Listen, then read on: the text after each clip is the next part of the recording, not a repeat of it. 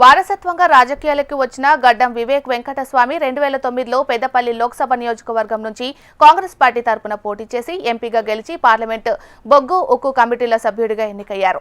తెలంగాణ రాష్ట్ర ఉద్యమం పతాక స్థాయికి చేరిన సమయంలో 2013 జూన్ 2న కాంగ్రెస్ పార్టీని వీడి తెలంగాణ రాష్ట్ర సమితి పార్టీలో చేరారు. తెలంగాణ రాష్ట్రం ఆవిర్భావం తర్వాత 2014 మార్చి 31న తిరిగి కాంగ్రెస్ గూటికి వెళ్లారు.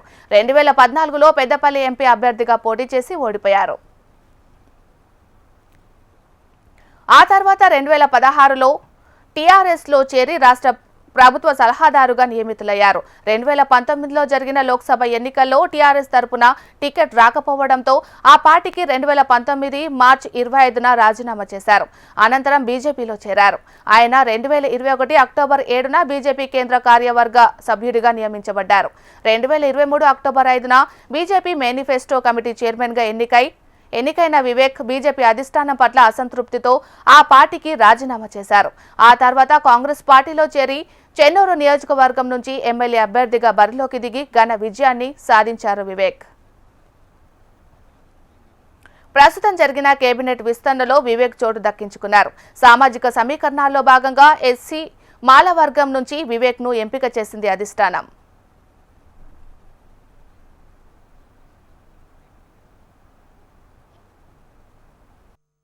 Dr. Gaddam Vivek Venkateswamy do swear in the name of God that I will bear true faith and allegiance to the Constitution of India as by law established, that I will uphold the sovereignty and integrity of India, that I will faithfully and conscientiously discharge my duties as a minister for the state of Telangana, and that I will do right to all manner of people in accordance with the Constitution and the law, without fear or favor, affection or ill will.